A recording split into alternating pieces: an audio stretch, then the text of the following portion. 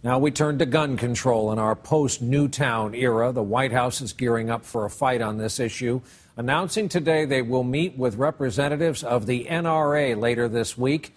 NBC's Ron Mott covering this story for us.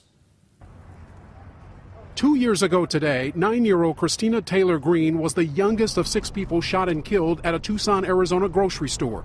In a new campaign, her mother is pleading for stricter gun laws. I have one question for our political leaders. When will you find the courage to stand up to the gun lobby? Whose child has to die next? Her questions are part of a growing chorus of calls around the country for gun restrictions in the wake of a spike in gun-related murders in cities like Chicago and Detroit, and last month's tragedy in Newtown, Connecticut. Today, calls for action were joined by a new voice, former Congresswoman Gabrielle Giffords, who was shot in the head in that Arizona spree, launching an effort to curb gun violence. Gabby and I are both gun owners. We are strong supporters of the Second Amendment.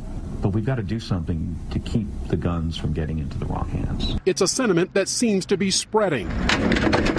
A Gallup poll taken after Newtown shows more Americans, 58%, favor tougher rules on gun sales than at any time since 2004, up 15 points from 2011.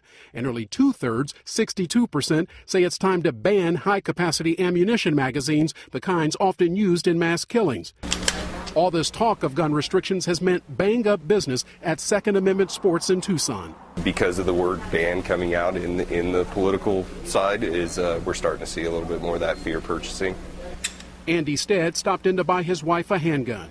People are going to be very, very passionate about their weapons and very passionate about the Second Amendment. The White House is preparing its strategy to address gun violence, which is expected to include a push for background checks on almost all gun purchases, reinstatement of the assault weapons ban, and stronger penalties for gun traffickers. Among the groups invited to meet, the National Rifle Association. You want one more law on top of 20,000 laws when most of the federal gun laws we don't even enforce. We have to just keep the talk going. Sarah Brady, who led the fight for handgun control after the 1981 assassination attempt against President Reagan left her husband paralyzed, hopes these conversations amount to more than just talk. We cannot have a long conversation about this. We've got to have action, and we've got to have action quickly, or it will fade.